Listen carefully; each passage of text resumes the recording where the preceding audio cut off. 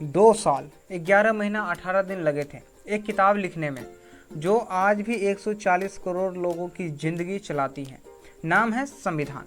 सवाल है, आप इसे कितना जानते हैं?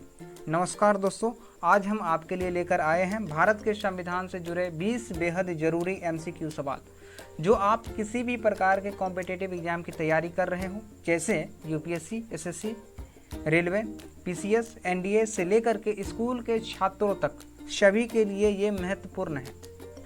ये सवाल न सिर्फ आपके ज्ञान को बढ़ाएगी, बल्कि परीक्षा में सफलता की ओर भी एक कदम होंगे।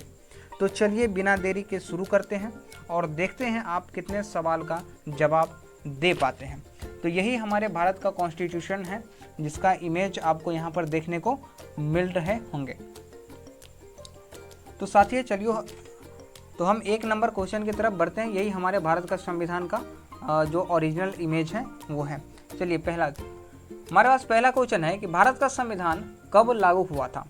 आपके पास टोटल 5 सेकंड का समय होगा और 5 सेकंड में आपको सोच करके कमेंट बॉक्स में आंसर करना है, ठीक है। तो पहला क्वेश्चन हमारे पास क्या है, भारत का संविधान कब लागू हुआ था? तो हमारे पास इसका जो सही ऑप्शन है, ऑप्शन नंबर बी है, 26 जनवरी 1950, ठीक है। तो अगले क्वेश्चन की तरफ बढ़ते हैं। अगला क्वेश्चन हमारे पास है, भारतीय संविधान के निर्माता किसे माना जाता है? ठीक है, तो चलिए सोच करके आप लोग क्या करना है कि आपको जवाब देना है कमेंट बॉक्स में।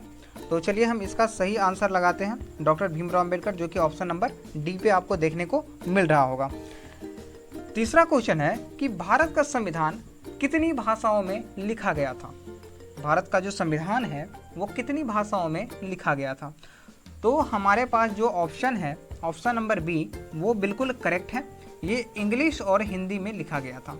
ये इंग्लिश और हिंदी भाषा में लिखा गया था, ठीक है। जिस प्रकार से अगर आपको मतलब आंसर आता है तो आपको क्या करना है, कमेंट बॉक्स में जवाब देना है। मैं चेक करता हूँ कमेंट बॉक्स किसका कितना सही होता है, ठीक है। तो अगला पे चलते हैं। 4 नंबर क्वेश्चन है हमारे पास कि संविधान सभा की पहली बैठक कब हुई थी? संविधान सभा की पहली बैठक के बारे में आपको बतानी है।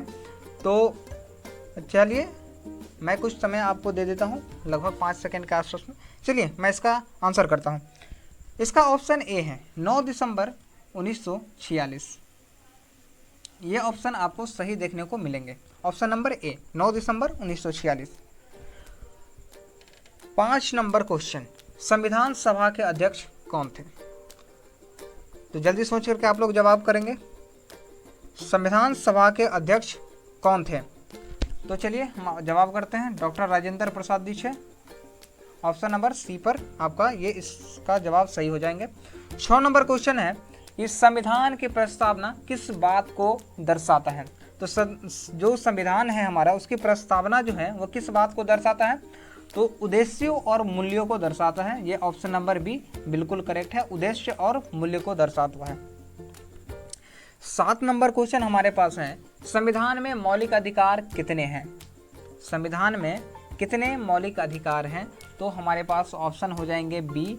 अभी 6 प्रकार का मौलिक अधिकार है, जैसे स्वतंत्रता का अधिकार, समानता का अधिकार, स्वतंत्रता का अधिकार है। उसके बाद इसी प्रकार से 7 हमारे पास थे पहले, लेकिन संपत्ति का अधिकार हटा दिया गया है। 7 पहले मौलिक अधिकार थे, जो कि एक जो संपत्ति का अधिकार था, संपत्ति का अधिकार, उसे मूल अधिकार से हटा दिया गया है। तो अभी हमारे पास 6 अधिकार बचा हुआ है, जैसे समानता का अधिकार, स्वतंत्रता का अधिकार, शिक्षा का अधिकार, धार्मिक स्वतंत्रता का अधिकार। इसी प्रकार से हमारे पास 6 मौलिक अधिकार हैं। चलिए आगे बढ़ते हैं। 8वां नंबर क्वेश्चन है हमारे पास कि भारत का संविधान किस प्रकार का है? जो भारत का संविधान है वो किस प्रकार का है, आपको बताना है। चलिए इसका सही जवाब हम बताते हैं। ऑप्शन नंबर सी है इसका सही जवाब, जो अर्ध कठोर हम बोल सकते हैं। न तो उतना रिजिड है और न ही उतना लचीला भी है जो कोई उसके साथ खेल जाए। तो नहीं तो उतना कठिन है और नहीं उतना मतलब सरल भी है।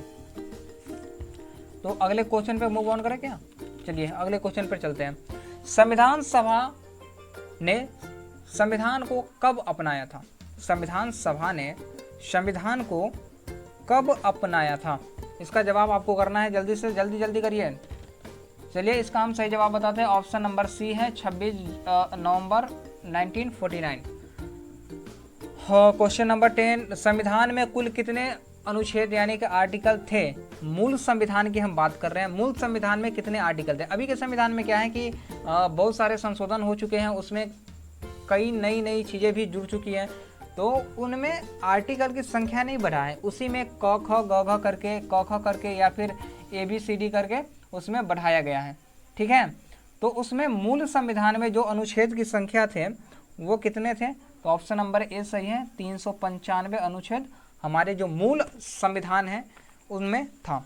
तो एक इम्पोर्टेंट बात मैं आपको बता देना चाहता हूँ कि आप लोग यदि बैठते हैं इस प्रकार से, तो आप लोग पेन और कॉपी लेकर के बैठे और इनमें से जो आप जवाब नहीं कर पाते हैं तो उनका क्या कर रहे हैं, आपको क्वेश्चन और आंसर के साथ नोट डाउन कर लेना है, जिससे कि हम जैसे जैसे आगे बढ़ते जाएंगे और आपके पास जो आपसे क्वेश्चन नहीं बनता है उन क्वेश्चन का एक पूरा संग्रह हो जाएगा, जिससे आपको रिवीजन करने में काफ़ी आसानी होगी।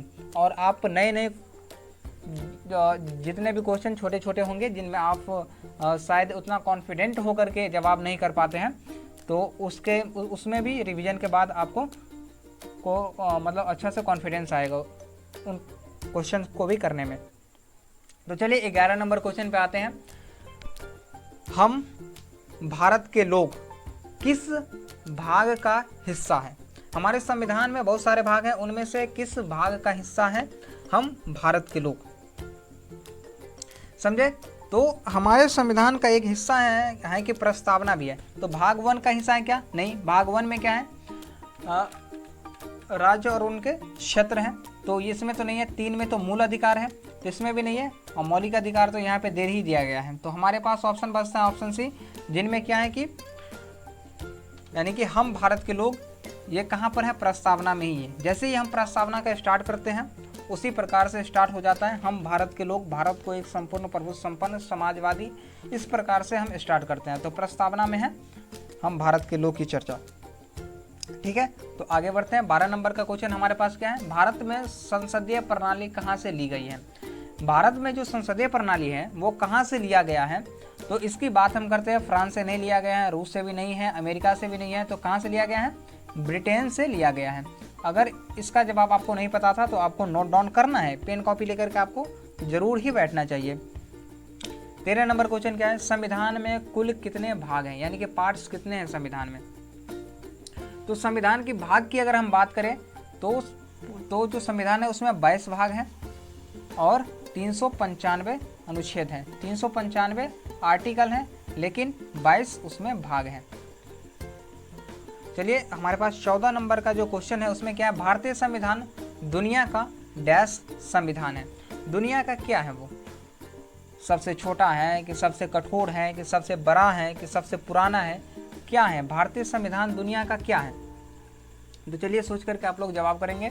तो भारतीय संविधान दुनिया का सबसे बड़ा है, 395 अनुच्छेद हैं इसमें, 395 अनुच्छेद हैं और 22 भाग हैं उसमें। तो 22 भाग हैं और 395 उसमें अनुच्छेद हैं। तो इस प्रकार से हम बार बार रिपीट भी कर रहे हैं, तो आपको यानी बार बार सुनने से भी याद ही हो जाएगा। तो चलिए 15 नंबर क्वेश्चन क्या है? धर्मनिरपेक्षता शब्द संविधान में कब जोड़ा गया? धर्मनिरपेक्षता शब्द संविधान में कब जोड़ा गया? धर्मनिरपेक्षता का अगर मतलब हम समझे तो क्या होता है? देखिए, धर्मनिरपेक्षता का मतलब होता है कि जो हमारा देश है भारत, उनका कोई भी धर्म नहीं है, भारत का कोई भी अपना धर्म नहीं है। भारत में सभी प्रकार के धर्म के लोग रह सकते हैं, निवास कर सकते हैं। यहाँ पे सभी के लिए छूट है, सभी को रहने का यहाँ पे अधिकार है। यानी कि भारत में, जैसे कि पाकिस्तान में क्या है, पाकिस्तान हम जो इस्लामिक देश अपने आप को घोषित कर चुका है, तो वहाँ पे जो मुस्लिम जो कम्युनिटी है उसको अधिक तवज्जो दिया जाएगा, ऐसा होता भी है। लेकिन भारत क्या है? भारत एक धर्मनिरपेक्ष देश है, इसलिए यहाँ पे सभी धर्मों को समान इज्जत दिया जाएगा। सभी धर्मों को यहाँ पे रहने का, जीने का अधिकार है। ठीक है, तो यानी कि तो हम आते हैं मूल क्वेश्चन पर। जो हमारा मूल क्वेश्चन है कि भारतीय संविधान, यानी कि भारतीय संविधान में धर्मनिरपेक्षता शब्द कब जोड़ा गया था? तो हमारे पास इसका सटीक और सही जवाब होने वाला है 1976। 1976 में ही धर्मनिरपेक्षता जोड़ा गया था संविधान। चलिए आगे चलते हैं। कौन सा अनुच्छेद समानता के अधिकार से संबंधित है? तो हमारे पास इसमें से कौन सा अनुच्छेद है जो समानता के अधिकार से संबंधित है? 32 तो नहीं है भाई, 21 भी नहीं है, 1900 स्वतंत्रता का अधिकार से संबंधित है। तो हमारे पास एक ऑप्शन बनता है आर्टिकल 14 जो है कि समानता के अधिकार से संबंधित है। अगर आप इसी प्रकार के सीरीज चाहते हैं तो हम बिल्कुल आपके लिए इसी प्रकार का सीरीज लाएंगे पूरे संविधान के। अभी तो पूरा संविधान लिए हैं, बाद में क्या करेंगे, इसमें एक एक आर्टिकल से हम कुछ कुछ क्वेश्चन निकालेंगे और आपकी तैयारी को और बूस्ट करेंगे। चलिए 17 नंबर का जो क्वेश्चन है हमारे पास वो है, कौन सा भाग मौलिक कर्तव्य से संबंधित है?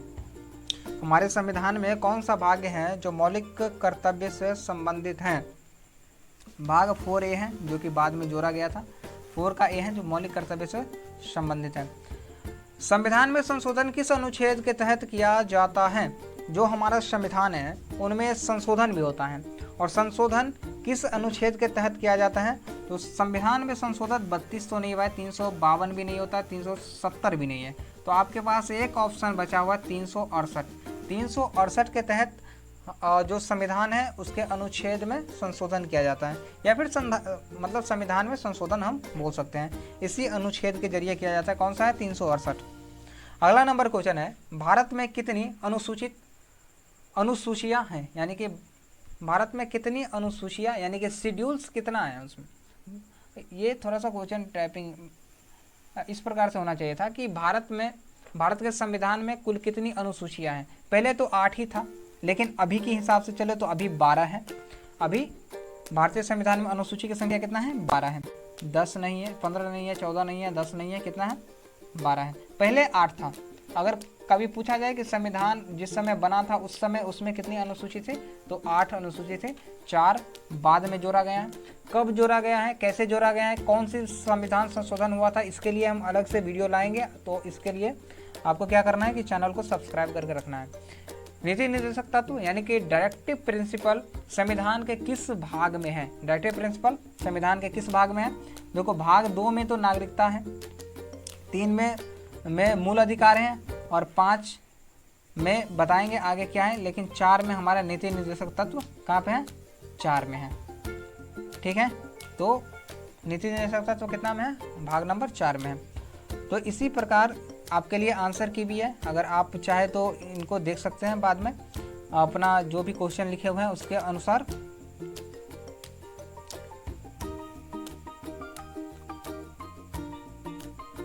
तो आप इसी प्रकार का अगर वीडियो चाहते हैं तो आपको चैनल को सब्सक्राइब कर लेना चाहिए, और हम आपके लिए ये पूरा संविधान पर सीरीज ही लाने वाले हैं। तो इससे आपका जो स्टडी है उसमें और भी बहुत ही आपको फ़ायदा मिलने वाला है। चलिए, तो आज के लिए इतना ही। चैनल को ज़रूर ही सब्सक्राइब कर लेना है, और अगला वीडियो आपको किस टॉपिक पर चाहिए इसको कमेंट में ज़रूर ही बताना है।